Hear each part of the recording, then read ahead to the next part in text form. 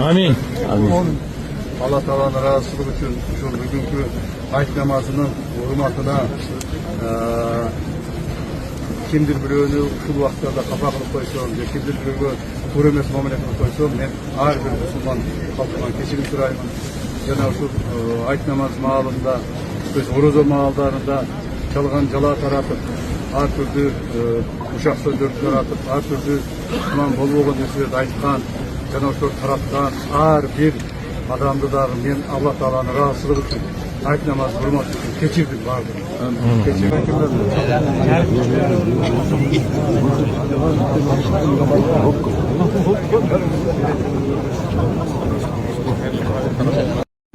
О, килтейген больница му жалда эне жана балага больница. Анан ушунда туалет жок депчи, мына балдарды могул туалетке баргыла дейт да. Анан биз урушуп атып бүгүн ичиндеги туалетке кирсек, мен балам экинчи жолдо киргим келип атат дегенден макул кир десем, айланайын санитаркасы тимел беттен алды го, ушул туалетке баргыла дейт. Бул туалетке кенедей балдар кантип келет деп айтсаңар, бизден челюстная келгенбиз азыр стоматологияга. Тишибизди удаление кылганы, могу туалетке кантип келет?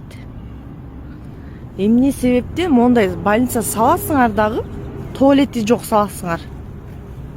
Биякта деген жалаң балдар жатат да, мисалы үчүнчү, кичинекей балдарды алып келип көрсөтөбүз. Биз чоң кишилер келбейбиз да. Анан ошого бир мына килтеген больница салганга жашы бир туалет салганга кудуретиңер жетпей койдубу? Азыр тиякта кызылдап атат да.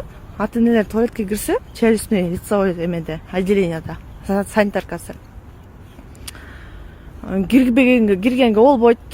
Бирок бул деген больницанын ичиндегилер только кириш керек экен, врачтар, медсестра, санитаркаларчы.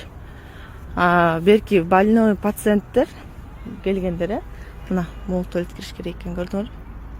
Ушу болмок беле уят дей. Сиздер туалет менен кошу нормально салбайсыңарбы?